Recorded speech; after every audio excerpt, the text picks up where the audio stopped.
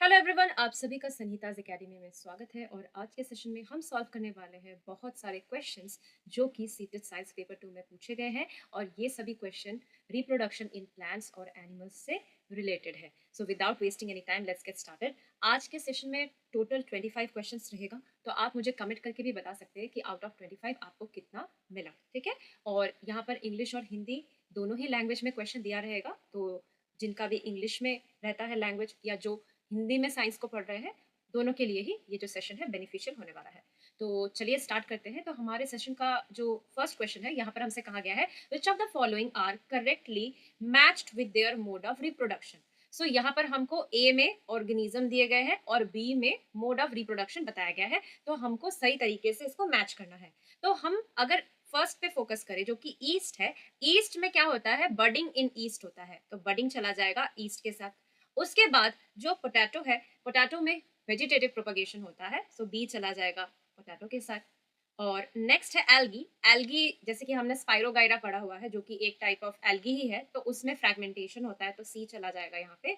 और फंजाई में spore formation होता है, तो डी चला जाएगा इस वाले ऑप्शन के साथ। तो अब अगर हम मैच करते हैं तो ए जा रहा है 4 के साथ, जो सिर्फ एक ही ऑप्शन में जा रहा है। सो ए 4 के साथ, बी 1 के साथ, सी 3 के साथ और डी 2 के साथ। तो उस हिसाब से हमारे इस सेशन का जो पहला क्वेश्चन है उसका उत्तर बन जा रहा है ऑप्शन नंबर 1।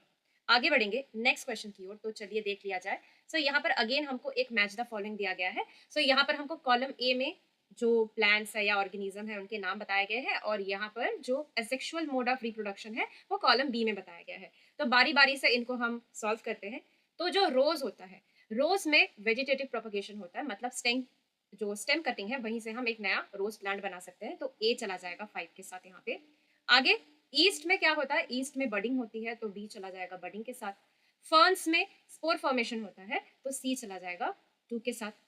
स्पाइरोगायरा जो कि एक एल्गी है, उसमें फ्रैगमेंटेशन होता है, तो ये चला जाएगा फ्रैगमेंटेशन के साथ। तो उस हिसाब से अगर हम ऑप्शंस को देखें तो ए 5 के साथ जा रहा है, ए 5 के साथ दो ऑप्शन में दिया गया है, तो हम बी पे बढ़ते हैं। बी जा रहा है 1 के साथ, सो ए 5, बी 1, सी 2 और डी 3। सो इसका जो सही उत्तर होगा वो होगा ऑप्शन नंबर 2। ठीक है, सो हिंदी वाले जितने भी लर्नर्स हैं, आपके लिए ये रहा क्वेश्चन हिंदी में। आप एक बार देख लीजिए कि आपका भी जो ऑप्शन है वो 2 बन रहा है कि नहीं बन रहा है, जो इसका सही उत्तर है। आगे बढ़ते हैं नेक्स्ट क्वेश्चन की ओर। तो यहाँ पर हमसे पूछा गया है which of the following is a set of animals in which all show external fertilization. So यहाँ पर कौन से ऑप्शन में जितने भी एनिमल्स के नाम दिए गए हैं वो सभी एक्सटर्नल फर्टिलाइजेशन शो करते हैं। एक्सटर्नल फर्टिलाइजेशन का मतलब क्या, बॉडी के बाहर जो फीमेल गैमेट होती है, यानी कि एग या एग्स, ठीक है, बॉडी के बाहर फीमेल गैमेट और जो मेल गैमेट है, सो स्पर्म या स्पर्म्स, इनका फ्यूजन हो। So fusion of female gamete and male gamete outside the body of an organism, so इसको हम कहते हैं एक्सटर्नल फर्टिलाइजेशन। सो अगर हम देखेंगे तो यहाँ पर एक्सटर्नल फर्टिलाइजेशन किस वाले ऑप्शन में दिख रहा है, देखिए सेकंड वाले ऑप्शन में हेन्स है, ठीक है, तो हेन में तो इंटरनल फर्टिलाइजेशन होता है, तो सेकंड ऑप्शन यहाँ पे क्रॉस हो गया। नेक्स्ट थर्ड वाले ऑप्शन में लिजर्ड्स है, ठीक है, फिर बटरफ्लाई है, इनमें भी इंटरनल फर्टिलाइजेशन होता है, तो ये भी यहाँ पर क्रॉस हो जाएगा। और यहाँ पे हमको क्या मिल रहा है, बटरफ्लाइज मिल रहा है ऑप्शन नंबर 4 में, तो ये भी क्रॉस हो जाएगा क्योंकि उनमें भी इंटरनल फर्टिलाइजेशन होता है। सो बच जाता है हमारे पास ऑप्शन नंबर 1, जिसमें जो फ्रॉग्स है, फिश है और जो स्टारफिश है, ये तीनों ही एक्सटर्नल फर्टिलाइजेशन शो करते हैं, यानी कि इनके बॉडी के बाहर जो मेल और फीमेल गैमेट है उसका फ्यूजन होता है। सो उस हिसाब से इसका जो सही उत्तर होगा वो होगा ऑप्शन नंबर 1। हिंदी वालों के लिए भी जो सही उत्तर होगा वो होगा ऑप्शन नंबर 1। नेक्स्ट क्वेश्चन में अगर हम बढ़ेंगे तो यहाँ पर हमसे एक फिल इन द ब्लैंक्स के तौर पर क्वेश्चन पूछा गया है, जहां पर हमको W, X, Y और Z को आइडेंटिफाई करना है। सो चलिए पढ़ा जाए इस पैराग्राफ को। तो क्या कहा गया है, during fertilization the sperm cell from the father and the egg cell of the mother fuse to form a dash. So क्या होता है कि जो स्पर्म सेल है फादर से जो हमको मिलता है और जो एग सेल हमको मदर से मिलता है, तो फर्टिलाइजेशन के दौरान तो इनका फ्यूजन होता है। सो फ्यूजन के बाद हमको क्या मिलता है, सो W हो जाएगा जाइगोट, ठीक है। Fusion of male and female gamete is known as fertilization, और उसका जो हमको प्रोडक्ट मिलता है या जो उसका रिजल्ट है वो क्या है, वो एक जाइगोट है which divides repeatedly to give rise to a ball of cell. So क्या होता है कि जैसे ही स्पर्म सेल और एग सेल का फ्यूजन होता है तो हमको 2n जाइगोट मिलता है, और ये जो सेल है ये कंटिन्यूअसली रिपीटेडली ये डिवाइड करते रहता है और एक बॉल ऑफ सेल बनाता है। The cells begin to develop into different organs and tissue, और यही बॉल ऑफ सेल्स फिर डिफरेंशिएट करता है अलग अलग ऑर्गन्स में, अलग अलग टिश्यूज में। So this developing structure called x, तो इस डेवलपिंग स्ट्रक्चर का नाम क्या है, इसका नाम है एम्ब्रियो। ठीक है, gets embedded in the wall of dash. तो ये जो एम्ब्रियो है ये कहां पर जाकर इम्प्लांट होता है, कहां पर जाकर ये एम्बेडेड होता है, तो वो है यूटरस का वॉल, ये हो जाएगा uterus. The stage of X, तो एक्स तो हमको ऑलरेडी पता चल गया, एम्ब्रियो होगा। The stage of embryo in which all body parts can be identified is called foetus. So embryo का वो स्टेज जब हम सभी बॉडी पार्ट्स को प्रॉपरली आइडेंटिफाई कर पाते हैं तो उसको कहा जाता है फीटस। सो उस हिसाब से जो डब्ल्यू है वो है जाइगोट, जो कि 2-3 जगह पे दिया गया है। ठीक है, फिर डब्ल्यू एक्स है हमारा एम्ब्रियो जो कि इस वाले में ही दिया गया है। सो जाइगोट, एम्ब्रियो, उसके बाद वाई है यूटरस और जेड है फीटस। सो उस हिसाब से इसका जो सही उत्तर बनेगा वो बनेगा ऑप्शन नंबर 2। ठीक है, इसका जो सही उत्तर होगा वो होगा ऑप्शन नंबर 2। हिंदी वालों के लिए ये रहा पैरा, आप एक बार पैराग्राफ को अच्छे से पढ़ लीजिए और देखिए कि आपका भी जो WXYZ जो मैंने बताया है वही बन रहा है कि नहीं बन रहा है आप लोगों के लिए आंसर। आप वीडियो को पॉज करके भी इसको पढ़ सकते हैं आराम से। ठीक है, सो आगे चलेंगे नेक्स्ट क्वेश्चन की ओर। सो यहाँ पर हमसे पूछा गया है identify the correct word for the following. So यहाँ पर ABCD के तौर पर हमको कुछ स्टेटमेंट्स जैसी चीजें दी गई हैं, तो हमको करेक्ट जो वर्ड है उसको यहाँ पर आइडेंटिफाई करना है। सो पहला वाला कह रहा है animals which give birth to young ones, मतलब ऐसे एनिमल्स जो कि डायरेक्टली बच्चा पैदा करते हैं, तो ऐसे एनिमल्स को हम कहते हैं विविपेरस एनिमल। नेक्स्ट कह रहा है एनिमल्स विच ले एग्स, ऐसे एनिमल्स जो कि अंडा देते हो, तो ऐसे एनिमल्स को हम कहते हैं ओवीपेरस एनिमल्स। ठीक है, oviparous. Forms due to fusion of egg and the sperm, so sperm और एग के फ्यूजन से क्या बनता है, तो वो है जाइगोट। नेक्स्ट है transformation of larva to adult through drastic change, मतलब लार्वल फॉर्म से एडल्ट फॉर्म में बदलाव आना, ड्रास्टिक चेंज आना, तो इसको हम कहते हैं मेटामॉर्फोसिस। मेटामॉर्फोसिस। सो अब देख लेते हैं। सो विविपेरस है A, ओविपेरस है B, जाइगोट है C और मेटामॉर्फोसिस है D। तो A विविपेरस, ठीक है, B ओविपेरस, ठीक है, C जाइगोट और D मेटामॉर्फोसिस। सो उस हिसाब से इस क्वेश्चन का जो सही उत्तर होगा वो होगा ऑप्शन नंबर 2। ठीक है, हिंदी वाले लर्नर्स ये रहा आपके लिए प्रश्न, इसका जो सही उत्तर है ये है ऑप्शन नंबर 2।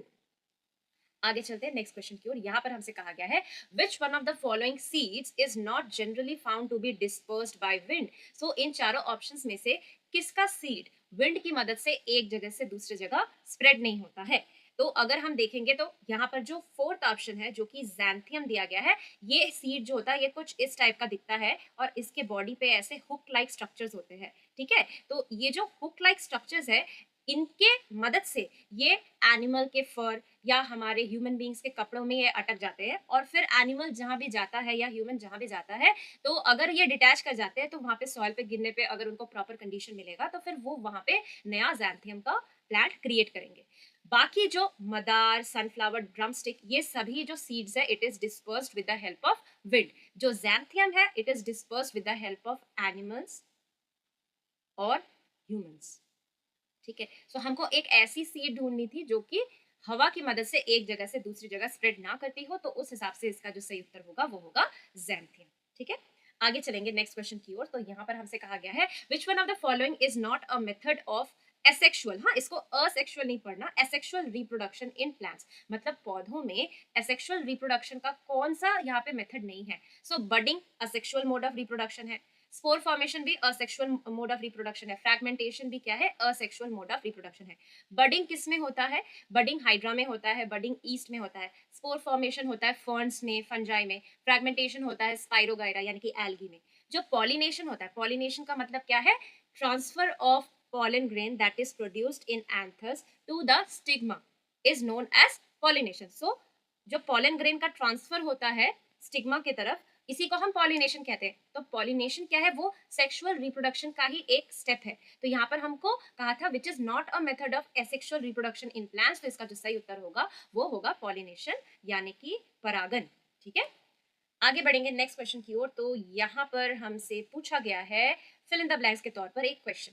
तो यहाँ पर बताया है dash twins in human beings are formed when dash egg और एग्स इज और are fertilized by dash sperm और स्पर्म्स। तो सबसे पहले जो चीज हमको यहाँ पर समझनी है कि आइडेंटिकल ट्विन्स कैसे बनते हैं और फ्रैटर्नल ट्विन्स कैसे बनते हैं। आइडेंटिकल ट्विन्स के बनने के लिए एक एग और एक स्पर्म का ही फ्यूजन होता है, जहां से हमको एक जाइगोट मिलता है। यही जो जाइगोट है ये स्प्लिट करता है और आगे चलकर हमको दो ट्विन्स मिलते हैं। सो ये जाइगोट स्प्लिट करके हमको दो बॉल ऑफ सेल्स देगा, उससे अलग अलग जो दो बच्चे हैं वो बनेंगे।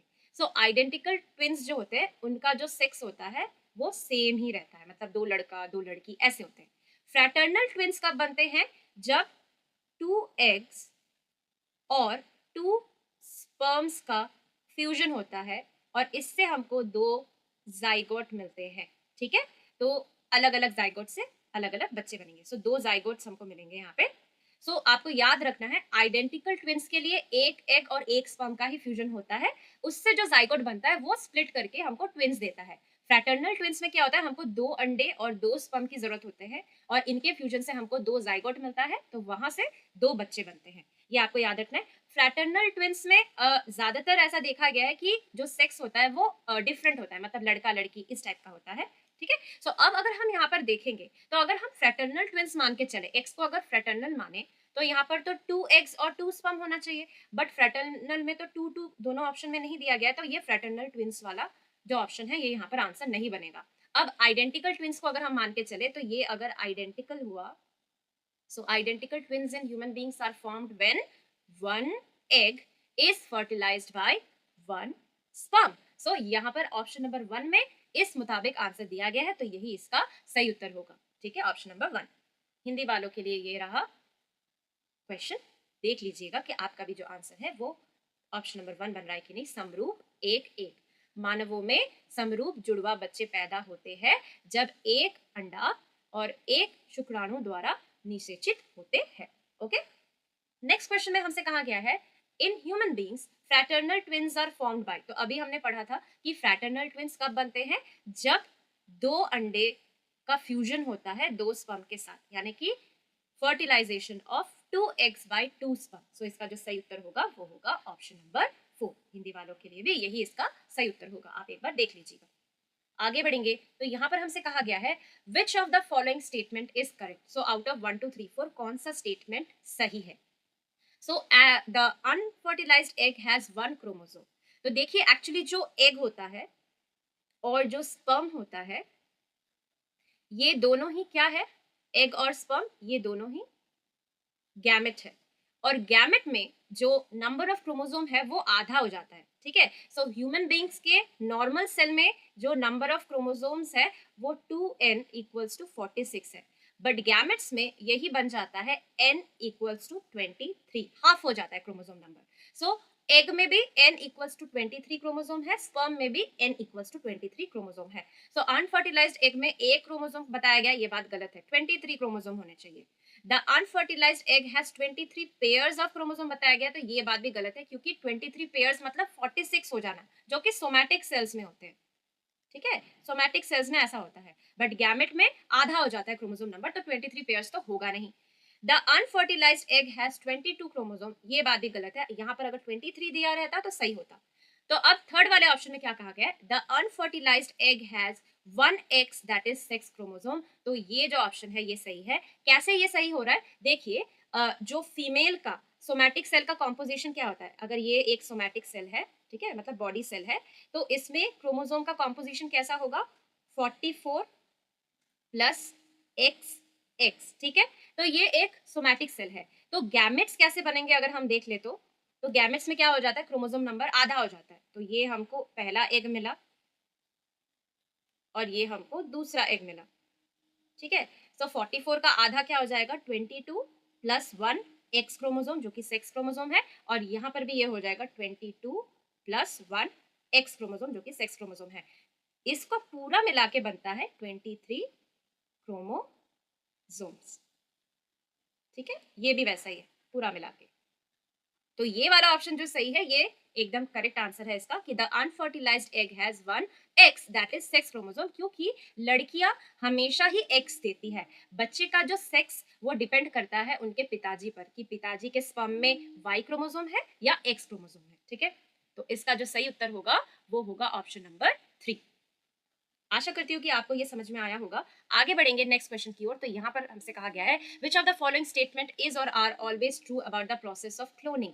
मतलब क्लोनिंग के बारे में कौन से स्टेटमेंट या स्टेटमेंट्स एकदम सही है। तो पढ़ लिया जाए। ए में कह रहे हैं कि it is possible only in animals, तो ये बात सही है।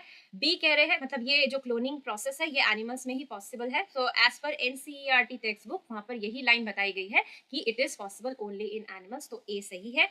बी वाला जो स्टेटमेंट है कह रहे हैं it results in exact replication of a cell, a living part और एन ऑर्गेनिज्म। मतलब क्या कह रहे हैं कि क्लोनिंग की वजह से हमको एकदम डुप्लीकेट फॉर्म किसी सेल का या किसी लिविंग पार्ट का या किसी ऑर्गेनिज्म का मिल सकता है, तो ये स्टेटमेंट भी सही है। It results in a large number of offsprings, ये बात गलत है क्योंकि यहाँ पर हमको एक ही ऑर्गेनिज्म मिलेगा। तो उस हिसाब से इसका जो सही उत्तर है वो बनता है ऑप्शन नंबर 1, जिसमें ए और बी को ट्रू स्टेटमेंट बताया गया है।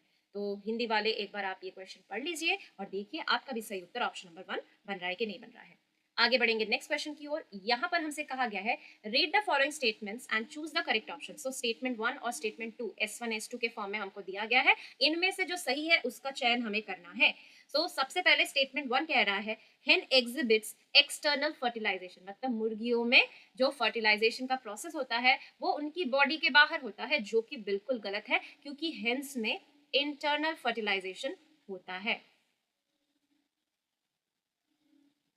नेक्स्ट कह रहे हैं हेन इज एन ओविपेरस एनिमल, तो ये बात सही है क्योंकि वो अंडे देते हैं। एग लेइंग एनिमल्स को हम ओविपेरस एनिमल कहते हैं। सो उस हिसाब से जो S2 है वो सही है, S1 गलत है। So S2 is true but S1 is false. इसका ये सही उत्तर होगा ऑप्शन नंबर 3 इसका सही आंसर है। आप एक बार हिंदी में भी देख लीजिए कि S2 सही है और S1 गलत है, आपका आंसर बन रहा है कि नहीं बन रहा है। आगे बढ़ेंगे नेक्स्ट क्वेश्चन की ओर। तो यहाँ पर हमसे अगेन हेन से ही रिलेटेड एक क्वेश्चन पूछा गया है। तो अगर आपको पिछला क्वेश्चन समझ में आया होगा तो आप इसको आराम से सॉल्व कर लेंगे। सो हेन्स आर कैसे एनिमल है, एग लेइंग एनिमल है, तो वो है oviparous and dash type of fertilization takes place in them. So यहाँ पर एग और स्पर्म का फ्यूजन कैसे होता है, मतलब जो मेल और फीमेल गैमेट्स है उसका फ्यूजन कहाँ पे होता है, बॉडी के अंदर होता है। सो ये हो जाएगा इंटरनल। तो कहाँ पे दिया गया है ओविपेरस और इंटरनल, ऑप्शन 1 में। तो इसका जो सही उत्तर होगा ये होगा ऑप्शन नंबर 1।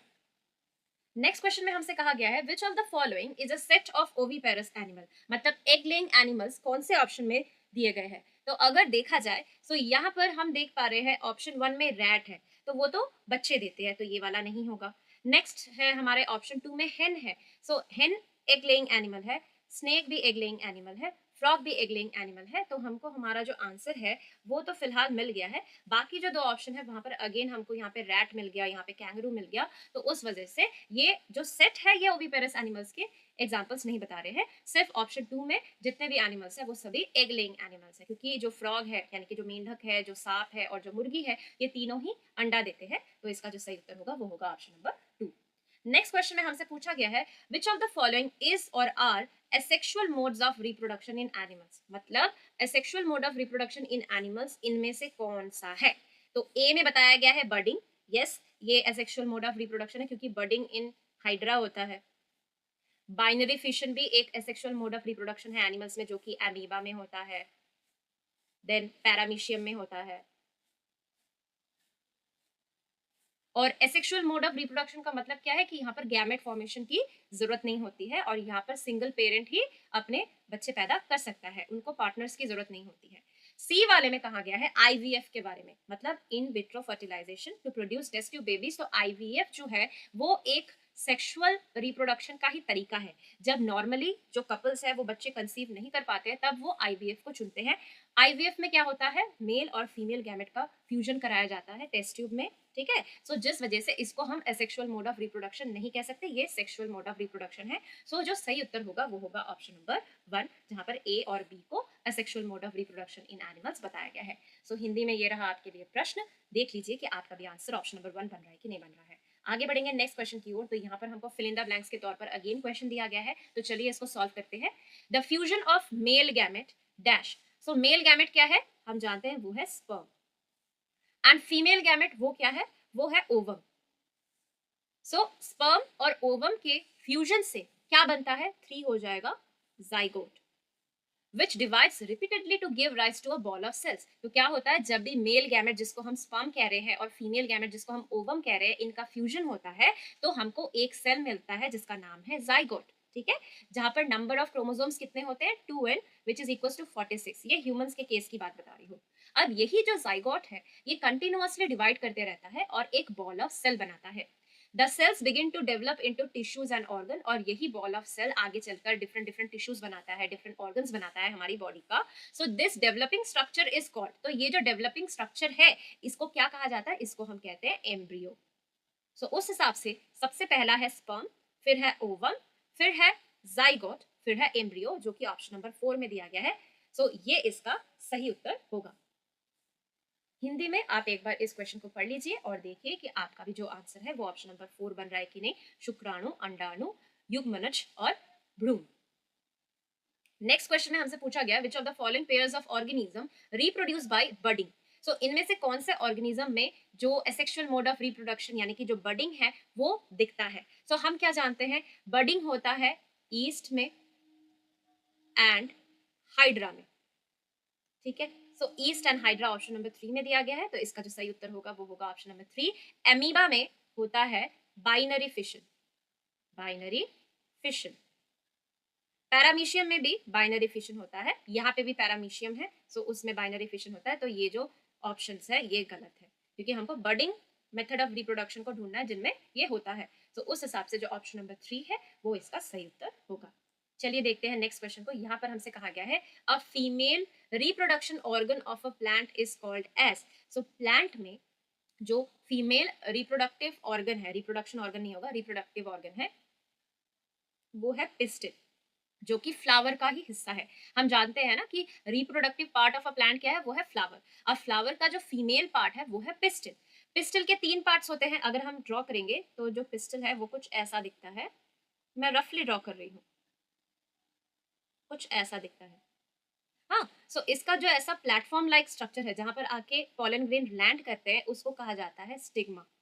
फिर ये जो ट्यूब लाइक स्ट्रक्चर है इसको हम कहते हैं स्टाइल, और ये जो फुला हुआ स्वोलन बेस है इसको हम कहते हैं ओवरी।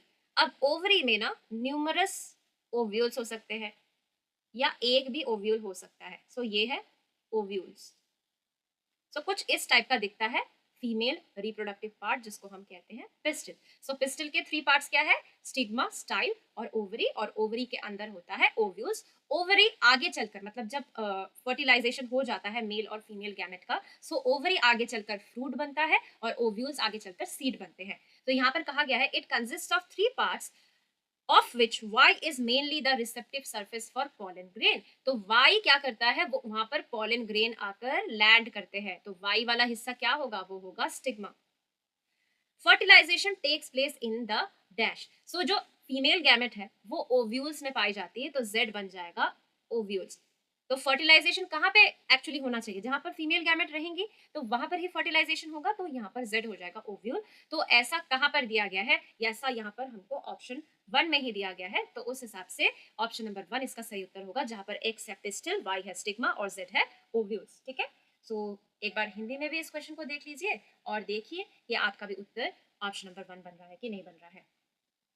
आगे बढ़ेंगे नेक्स्ट क्वेश्चन की ओर। यहाँ पर हमसे कहा गया है from the following identify the pair of organisms which reproduces bye binary fission. So binary fission process को अपनाकर कौन से ऑर्गेनिज्म रिप्रोड्यूस करते हैं। सो बाइनरी फिशन में क्या होता है कि जो एक ऑर्गेनिज्म है वो आगे चलकर स्प्लिट करके अपने ही जैसा आइडेंटिकल टू ऑर्गेनिज्म बनाता है। सो इसी को हम बाइनरी फिशन कहते हैं। बाइनरी फिशन होता है कहाँ पे, एमीबा में एंड पैरामीशियम में। सो देख लेते हैं ये दोनों कहाँ पे दिए गए हैं, तो ये ऑप्शन 3 में है, सो इसका उत्तर यही होगा। जो हाइड्रा है, हाइड्रा में होता है बडिंग। कॉकरोच में सेक्सुअल मोड ऑफ रिप्रोडक्शन होता है, ईस्ट में भी होता है बडिंग, और अमीबा में होता है बाइनरी फिशन, हाइड्रा में बडिंग, ईस्ट में भी बडिंग। सो यहाँ पे दोनों में ही बडिंग होता है। बट हमको ऐसा ऑप्शन ढूंढना है जहां पर जो दोनों ही ऑर्गेनिज्म है वो बाइनरी फिशन से रिप्रोड्यूस कर रहे हो, तो उस हिसाब से इसका जो सही उत्तर होगा वो होगा ऑप्शन नंबर 3। यहाँ पे भी जो सही उत्तर होगा वो होगा ऑप्शन नंबर 3। आगे बढ़ेंगे नेक्स्ट क्वेश्चन की ओर। तो यहाँ पर हमसे कहा गया है, after fertilization a zygote will develop into a human male if. So कह रहे हैं कि फर्टिलाइजेशन होने के बाद, यानी कि मेल गैमेट और फीमेल गैमेट के फ्यूजन के बाद जो जाइगोट है वो एक मेल होगा, ह्यूमन मेल होगा। कब? तो इसके लिए आपको सेक्स डिटर्मिनेशन का जो कॉन्सेप्ट है वो क्लियर होना चाहिए। तो देखिए, अगर हम देखते हैं तो यहाँ पर मैं ऐसे एक फीमेल लिख रही हूँ और यहाँ पर मैंने मेल लिखा है, ठीक है। सो फीमेल के जो गैमेट्स है वो क्या है? वो है ओवम, और मेल का जो गैमेट है वो है स्पर्म, ठीक है। अब ओवम में जो कॉम्पोजिशन है, मतलब क्रोमोसोम कैसा रहता है? सो वो रहता है 22 प्लस एक्स। हाँ, सो हर एक ओवम का जो क्रोमोसोम का कॉम्पोजिशन होगा वो होगा 22 प्लस एक्स।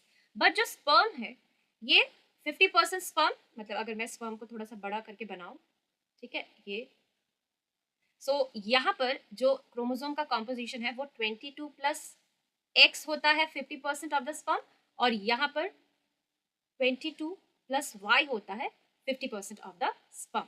अब जो ह्यूमन मेल होता है उसके सेक्स क्रोमोसोम का कॉम्पोजिशन क्या है? तो फीमेल में सेक्स क्रोमोसोम होता है एक्स एक्स, और मेल में जो सेक्स क्रोमोसोम होता है वो होता है एक्स वाई, ठीक है। एक्स एक्स साथ में क्या रहता है? 44 autosomes, 44 autosomes plus X Y. अब आप देखिए कि मेल गैमेट और फीमेल गैमेट के फ्यूजन के बाद ह्यूमन मेल हमको कब मिलेगा? तो ओवम तो हमको क्या देने वाली है? 22 प्लस एक्स, तो ओवम से तो हमको 22 प्लस एक्स मिल ही रहा है। अब ह्यूमन मेल के लिए हमको वाई की जरूरत है, तो ये वाई हमको कहां से मिलेगा? जब जो स्पर्म है उसका जो क्रोमोसोमल कॉम्पोजिशन वो होगा 22 प्लस वाई। तो ये आगे चलकर इनके फ्यूजन से क्या बनेगा? 44 ऑटोसोम प्लस एक्स वाई इसका क्रोमोसोम होगा, सेक्स क्रोमोसोम होगा। तो तब जाकर हमको ह्यूमन मेल मिलेगा।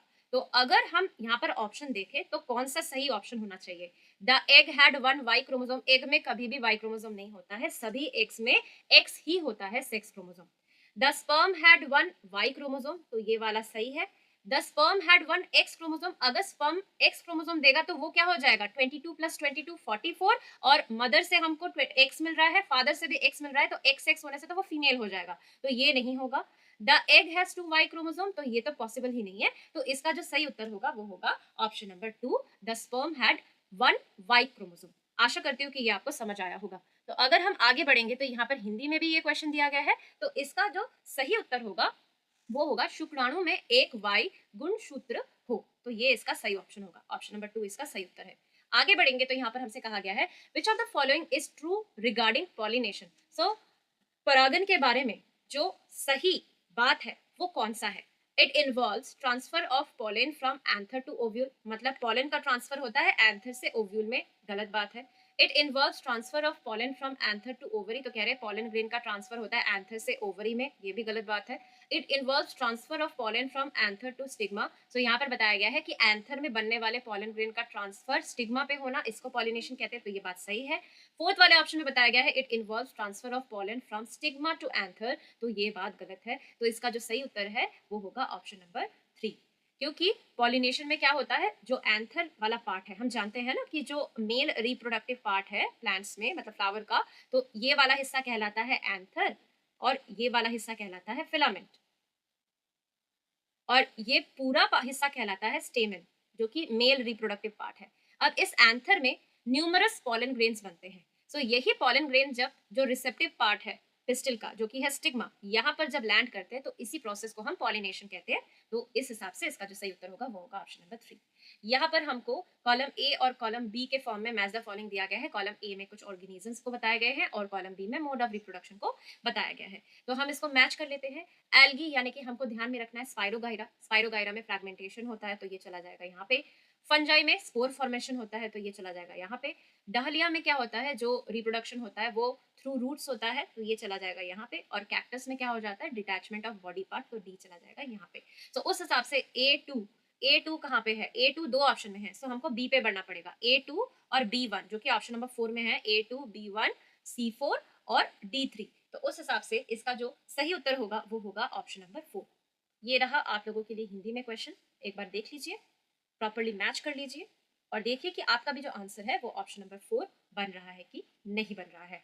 ठीक है, ये रहा, आप इसको पॉज करके एक बार देख लीजिए और फिर देखिए कि आपका यहाँ पे ऑप्शन नंबर 4 आंसर हुआ कि नहीं हुआ। अब हम यहाँ पर इस क्वेश्चन को सॉल्व करेंगे। विच of the following parts of plant help in vegetative propagation. So vegetative propagation में एक्चुअली क्या होता है कि प्लांट के किसी भी पार्ट से हमको न्यू प्लांट मिलना, फ्लावर को छोड़ के, क्योंकि प्लांट में जो फ्लावर होते हैं वो उसका रिप्रोडक्टिव पार्ट होता है। सो वेजिटेटिव प्रोपगेशन कौन कौन से पार्ट से हो सकता है? सो वो हो सकता है स्टेम्स से, जैसे कि स्टेम कटिंग ऑफ रोज। फिर वो हो सकता है रूट्स से, जैसे कि स्वीट पोटैटो, कैरेट, रेडिश।